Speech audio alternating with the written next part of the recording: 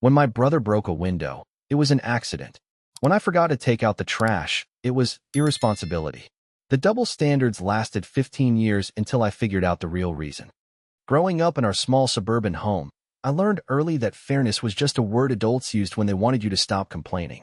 Tyler was 4 years younger than me, and from the moment he could walk, it became crystal clear that we lived in two completely different worlds under the same roof.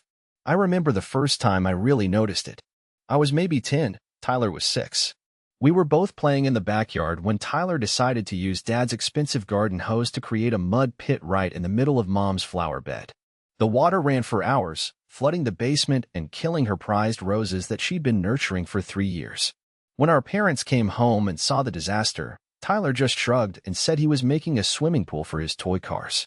Mom sighed, Dad shook his head, and they spent the evening cleaning up while Tyler watched cartoons. 2 weeks later, I accidentally left my bike on the driveway instead of putting it in the garage. Dad ran over it backing out for work the next morning.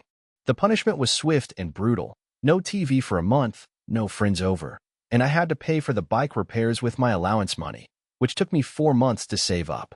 The bike wasn't even that damaged, just a bent wheel that cost $30 to fix. But the lesson was supposed to teach me about responsibility and taking care of my belongings. This pattern became the soundtrack of my childhood. Tyler would leave his muddy cleats all over the house, track dirt through the living room, forget his homework for weeks at a time, and somehow it was always met with gentle reminders or patient explanations about doing better next time. Meanwhile, if I left a single dish in the sink overnight, I'd find myself scrubbing the entire kitchen while listening to a lecture about contributing to the household and being considerate of others. The school situation was probably the worst part. Tyler started skipping classes in middle school, something I never would have dared to do. When the school called home, Mom would have these long, understanding conversations with him about how school could be boring and maybe they needed to find ways to make learning more engaging for him. She'd even pick him up early some days when he claimed he had headaches or stomach aches, taking him out for ice cream and letting him choose what they did for the rest of the afternoon. When I was his age, I once asked to stay home because I had a genuine fever and felt awful. Mom checked my temperature, saw it was only 99.8, and sent me to school anyway, saying that a little discomfort builds character and that I needed to learn to push through minor obstacles. I spent the day feeling miserable, trying to focus on tests and assignments while my head pounded and my throat felt like sandpaper. High school brought new levels of frustration. Tyler discovered that he could charm his way out of almost anything with our parents. He'd come home hours past curfew, sometimes clearly having been drinking, and somehow turn it into a bonding moment with Dad about the mistakes of youth and learning from experience. They'd sit on the back porch talking for hours, with Dad sharing stories about his own rebellious teenage years and Tyler nodding along like they were best friends sharing secrets. My curfew violations were rare, usually just being 15 or 20 minutes late because of traffic or a friend's car trouble, but they resulted in immediate grounding and disappointed speeches about trust and reliability. I learned to call every 30 minutes when I was out, to always have backup transportation plans, and to basically live in constant anxiety about disappointing them. The breaking point for my sanity came during my senior year.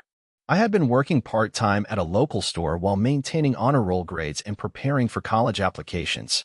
Tyler, now a freshman, had been failing multiple classes and getting into trouble for various pranks and disruptions. Despite all this, when it came time for family discussions about the future, somehow every conversation ended up being about my shortcomings and how I needed to be a better role model. I remember one particularly painful dinner where Dad spent 20 minutes explaining how my job was affecting my ability to help Tyler with his homework and how my college prep was making me selfish and self-absorbed. Meanwhile, Tyler sat there playing games on his phone under the table, not even pretending to pay attention to the conversation that was supposedly about his education and future. The emotional toll of this constant inequality was devastating. I became increasingly isolated, spending most of my time in my room or at work, avoiding family gatherings and conversations. I felt like I was walking on eggshells constantly, never knowing what minor action might trigger another lecture or punishment. Sleep became difficult because I'd lie awake replaying interactions, trying to figure out what I'd done wrong or how I could have handled things differently. My relationships with friends suffered too. I was always anxious about getting in trouble, so I rarely participated in normal teenage activities. I missed parties, skipped school events, and turned down opportunities to hang out because I was terrified of the consequences if anything went wrong. My friends started inviting me to fewer things, not because they didn't like me, but because I said no so often that they assumed I wasn't interested. The worst part was watching Tyler navigate the world with this incredible confidence that everything would work out for him, that people would understand and forgive his mistakes, that he deserved patience and second chances. He developed this easy, carefree personality that drew people to him, while I became increasingly anxious and rigid, always worried about making mistakes or disappointing someone. Update 1. College provided some relief from the constant comparison, but it also brought new challenges. I threw myself into my studies with an intensity that worried even my professors. I couldn't shake the feeling that I had to be perfect, that any slip in grades or behavior would somehow confirm what I'd always suspected, that I was fundamentally flawed and disappointing. During my sophomore year, Tyler started getting into more serious trouble. He was caught shoplifting, got suspended for fighting, and was arrested for underage drinking at a party that got busted by police. Each incident brought frantic phone calls from Mom, asking me to talk to him, to be a better influence, to somehow fix the situation from 300 miles away. The conversations with my parents during this time were surreal. They described Tyler's latest escapade with this mixture of worry and almost admiration for his boldness, then immediately pivot to asking why I couldn't connect with him better, why I wasn't calling home more often, why I seemed so distant and cold toward the family. The irony was lost on them completely. I started having panic attacks during my junior year. They'd hit me at random moments, during exams, while walking to class, sometimes even while sleeping. My roommate finally convinced me to visit the campus health center, where a kind counselor listened to my story and helped me understand that my constant state of hypervigilance wasn't normal or healthy. But the real shock came during winter break that year.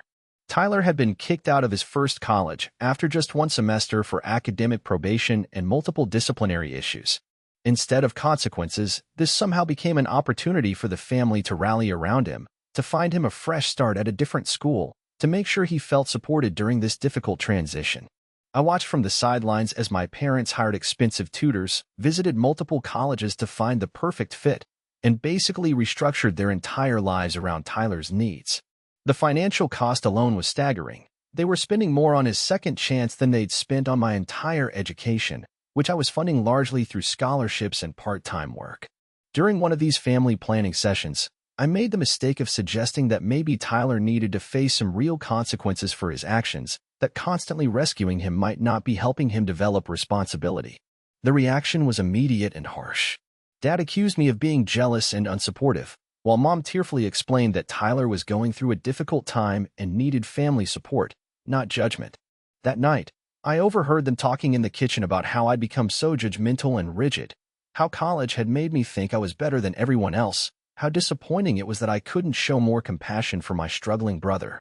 I lay in my childhood bed listening to them discuss my character flaws while the person who'd actually caused all the problems slept peacefully down the hall. The breaking point came during spring break of my senior year. I was home for just a few days, trying to finalize my graduate school plans and spend some time with family before entering the real world. Tyler, now on his second college attempt, had been kicked out again, this time for a cheating scandal that involved multiple classes and could have resulted in criminal charges if the school had decided to pursue it. Instead of facing consequences, Tyler had moved back home and was working at a local restaurant while my parents figured out their next move. The atmosphere in the house was tense, with Mom crying frequently and Dad making endless phone calls to try to find someone who could help Tyler get back on track. I tried to stay out of it, focusing on my own future and avoiding the constant drama. But everything exploded when Tyler decided to throw a party while our parents were out of town visiting relatives. I came home from a study session to find the house full of strangers, loud music, and clear evidence of underage drinking and drug use. I asked Tyler to shut it down, explaining that our parents would be devastated if they came home to this, that the neighbors were probably already complaining, and that he could get in serious legal trouble. His response was to laugh and tell me to relax, that I needed to learn to have fun, that our parents would understand because they were young once too. When I threatened to call our parents myself, Tyler's friends started getting aggressive, telling me to mind my own business and leave my brother alone. The situation escalated quickly, with someone pushing me and Tyler doing nothing to defend me or de-escalate. I ended up leaving and spending the night at a friend's house, listening to the party continue until dawn. The next morning, I came home to find the house trashed, broken furniture, stains on the carpet, holes in the walls, and our dad's expensive electronics missing. Tyler was passed out in his room, completely oblivious to the destruction around him. I spent hours cleaning up what I could, trying to minimize the damage before our parents returned. When Tyler finally woke up, he seemed genuinely surprised by the mess and immediately started talking about how it wasn't his fault, how things got out of hand, how he hadn't meant for any of this to happen. When our parents came home and saw the damage, I expected them to finally hold Tyler accountable. Instead, they focused on whether he was hurt, whether he was okay, whether he needed help dealing with the trauma of having his party get out of control. The thousands of dollars in damage became a family problem that we all needed to work together to solve. Update 2. The summer after graduation brought what I thought would be a fresh start. I'd landed a good job and was preparing to move to a different city, finally ready to build a life away from the constant chaos and inequality of my family dynamics. But Tyler's problems followed me even there. He'd managed to get accepted to a third college, mostly through our parents' connections and willingness to pay full tuition up front. But within weeks of starting, he was already struggling. The calls started coming regularly, Mom asking me to talk to him, Dad wondering if I could drive down on weekends to help him get organized. Both of them suggesting that maybe Tyler could transfer to a school closer to where I was living so I could keep an eye on him. The absurdity of this request wasn't lost on me. They wanted me to sacrifice my new job and independence to babysit the brother who'd never faced a real consequence in his life. When I declined, the disappointment in their voices was palpable. I was being selfish again, putting my own interests ahead of family, failing to understand how much Tyler needed support during this difficult time. But something had changed in me during those months away from home.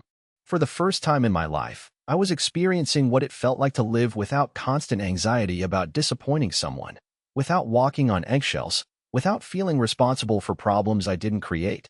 I started to understand that the life I'd been living wasn't normal, that other families didn't operate with such extreme double standards. I began setting boundaries. I stopped taking Tyler's crisis calls at work. I declined invitations to family events that were really just intervention planning sessions. I refused to contribute money to Tyler's endless stream of emergencies and fresh starts. Each boundary I set was met with hurt and anger from my parents, but I was finally beginning to prioritize my own mental health.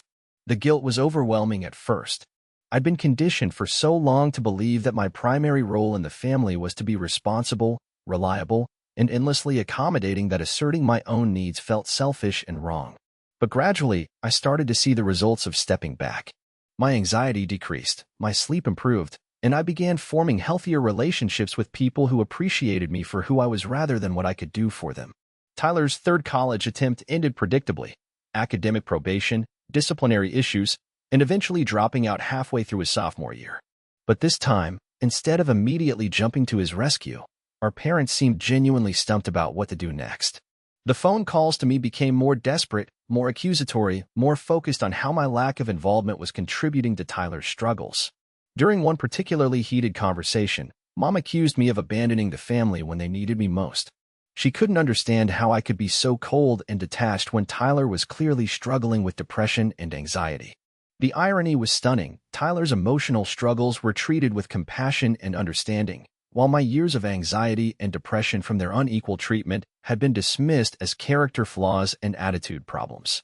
I tried explaining my perspective, sharing how the years of double standards had affected me, how exhausting it had been to live under such different expectations. But my parents seemed genuinely confused by my complaints. In their minds, they'd been fair and reasonable, holding me to higher standards because I was older and more capable, being gentler with Tyler because he was younger and more sensitive. The conversation that changed everything happened almost by accident. I was home for a brief visit, trying to maintain some connection with my family while protecting my newfound peace of mind. Tyler had moved back in with our parents and was working sporadically while they figured out his next steps. The atmosphere was tense, with everyone walking on eggshells around Tyler's moods and setbacks.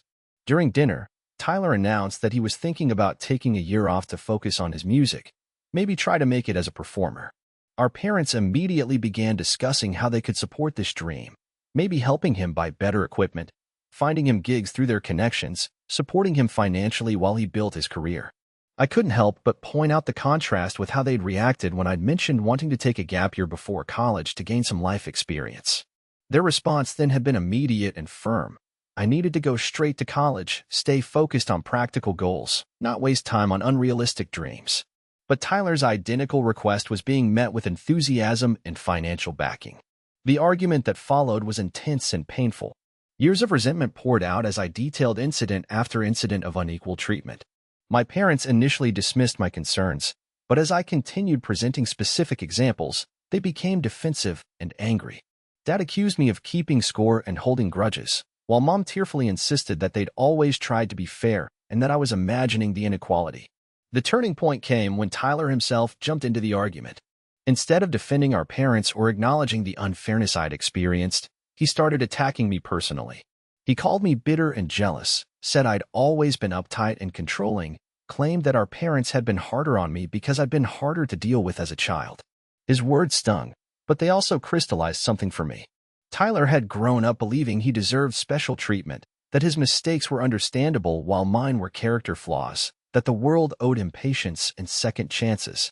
He genuinely didn't see the inequality because from his perspective, this was just how things worked. He was the beloved younger child who needed protection and support, while I was the responsible older one who should handle everything on my own. That night, I made the decision to severely limit my contact with my family. Not out of spite or revenge, but out of self-preservation. I realized that they were never going to acknowledge the unfairness of how they treated me, never going to take responsibility for the damage their double standards had caused, never going to change their fundamental dynamic. Final update. What happened next shocked everyone, including me. About 6 months after I'd essentially gone no contact with my family, I received a frantic call from Dad. Tyler had been arrested for drunk driving and hit and run, facing serious felony charges that could result in prison time. For the first time in his life, Tyler was facing consequences that our parents couldn't fix with money, connections, or emotional appeals. The legal system didn't care about his troubled past or his sensitive nature. The victim of his hit and run was seriously injured, and the prosecutor was pushing for the maximum sentence. Our parents spent their savings on lawyers, mortgaged their house to pay legal fees, and basically destroyed their retirement plans trying to help Tyler avoid prison. During this crisis, they reached out to me repeatedly, begging for help, for money, for emotional support. They couldn't understand why I wasn't dropping everything to help my brother in his time of need. The irony was breathtaking. After years of expecting me to handle every problem on my own, they assumed I'd be available to help solve Tyler's biggest crisis. I felt sorry for them, genuinely sorry for the pain they were experiencing. But I also recognized that this was the first time Tyler was facing real consequences for his actions, the first time he couldn't charm or manipulate his way out of trouble. Part of me hoped that maybe this would finally be the wake-up call he needed. The trial was devastating for my family. Tyler was convicted and sentenced to 3 years in prison, with the possibility of parole after 18 months. The judge was unsympathetic to arguments about his difficult childhood or underlying emotional issues. The victim impact statements were heartbreaking, describing months of physical therapy, ongoing pain, and trauma from the accident Tyler had caused and then fled from. I watched my parents age years in the span of months. The stress, financial burden, and social shame of having a son in prison was overwhelming for them. They'd spent decades protecting Tyler from consequences, and now they were facing the ultimate consequence, one they couldn't fix, couldn't minimize, couldn't explain away. But here's the twist that nobody saw coming, including me. About a year into Tyler's sentence, during one of my parents' rare communications with me, Mom let something slip during an argument with Dad that changed everything.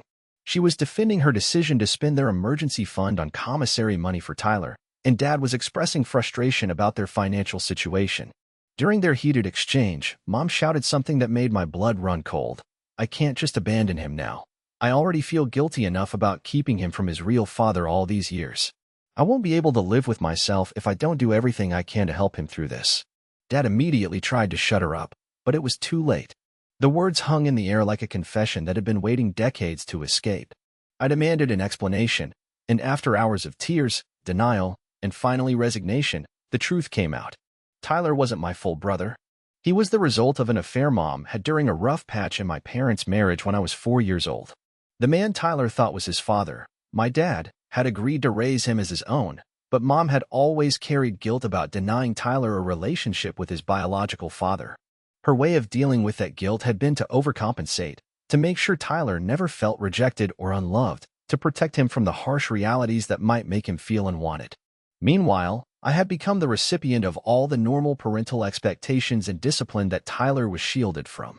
I was held to higher standards not because I was older or more capable, but because my parents felt free to be tough with their biological child while tiptoeing around the child that represented mom's guilt and shame.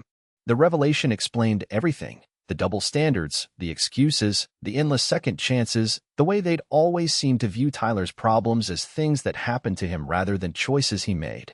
They'd been operating from a place of guilt and overcompensation for 15 years, and I'd been paying the price for their emotional dysfunction. I felt vindicated and devastated at the same time. Finally understanding the reason behind years of unequal treatment was both liberating and heartbreaking. I wasn't crazy, I wasn't imagining things, and I wasn't fundamentally flawed. I'd been the collateral damage of their family secret and their inability to deal with their own guilt in healthy ways. The aftermath of this revelation was complex and painful. My parents begged for forgiveness, finally acknowledging how unfairly they'd treated me and how their secret had poisoned our family dynamics. Dad admitted that he'd sometimes resented Tyler but had taken that frustration out on me instead, which explained some of the harshness I'd experienced over the years. Tyler's reaction, when they finally told him the truth during a prison visit, was initially denial and then rage. He felt betrayed and lied to, but he also began to understand for the first time why he'd been treated so differently. The man he'd known as his father wasn't his biological parent, and his mother's overprotective behavior had actually crippled his ability to function in the real world. Prison, ironically, became the first place Tyler had ever been forced to face consequences without parental intervention. He couldn't charm the guards, couldn't manipulate the system, couldn't rely on family connections to smooth over his mistakes. For the first time in his life, he had to develop actual coping skills and take responsibility for his actions. I struggled with how to move forward. Part of me wanted to maintain my distance, to protect the peace and stability I'd finally found. But another part of me felt pity for everyone involved: my parents, who'd spent decades managing their guilt in the worst possible way, and Tyler, who'd never learned to function independently because of their misguided protection. Ultimately, I decided on limited, careful contact. I wouldn't go back to being the family's emotional caretaker or problem solver, but I also wouldn't completely cut them off. I established clear boundaries about what I would and wouldn't do, what conversations I would and wouldn't engage in, and what kind of relationship was possible given our history. Tyler was released after serving 20 months of his sentence. He was a different person, humbled, more self-aware, genuinely remorseful about the accident and the pain he'd caused. Prison had forced him to confront the reality that actions have consequences, that charm and manipulation don't work in every situation, that he needed to develop actual life skills if he wanted to succeed. He reached out to me shortly after his release, not asking for help or money, but simply to apologize. He acknowledged the unfairness of how we'd been treated growing up, admitted that he'd taken advantage of the double standards, and expressed genuine regret for the pain his actions had caused our family. It wasn't a complete transformation, but it was the first time I'd seen him take real responsibility for anything. Our relationship now is cautious but slowly improving. We're both adults dealing with the aftermath of a dysfunctional family dynamic that damaged us in different ways. He's learning to navigate life without constant rescue and protection, while I'm learning to trust that people can change and that forgiveness doesn't mean forgetting or returning to old patterns. My parents are still struggling with the consequences of their choices. Their marriage survived the revelation, but it's been fundamentally changed. They're in their 60s, financially devastated, and grappling with decades of guilt and poor decisions. They've apologized repeatedly, but they're also learning that apologies don't undo years of damage or automatically restore trust. The strangest part of this whole experience has been realizing that I was actually the lucky one in some ways. Yes, I experienced unfair treatment and developed anxiety and trust issues that I'm still working through. But I also learned resilience, self-reliance, and the ability to face challenges without expecting someone else to fix things for me. Tyler's easier childhood actually handicapped him for adult life, leaving him unprepared for a world that doesn't care about his feelings or make exceptions for his mistakes. I'm not grateful for the years of inequality and emotional damage, but I've found ways to use those experiences as sources of strength rather than permanent wounds. I've built a life based on my own efforts and choices, formed relationships with people who value me for who I am, and developed the ability to set boundaries and protect my own well-being. The family I grew up in is gone, replaced by something smaller and more honest, but also more genuine. We'll never be close in the traditional sense, but we're learning to coexist with our shared history and individual damage. Sometimes the best you can hope for isn't healing or reconciliation, but simply understanding. Knowing why things happened the way they did and choosing how to move forward from there. Looking back, I realized that the unfairness I experienced, while painful and damaging, also taught me valuable lessons about justice, equality, and standing up for myself. I channeled that anger and hurt into advocacy for fairness in my personal and professional life. I speak up when I see double standards. I defend people who are being treated unfairly, and I've built a life based on the principles I wish my family had followed. The scars are still there, and probably always will be. But they've become part of my story rather than the whole story, reminders of where I came from and why the values I hold now matter so much to me. Sometimes the most profound gift we can give ourselves is understanding, not excusing the people who hurt us, but comprehending why they made the choices they did and deciding how we want to be different.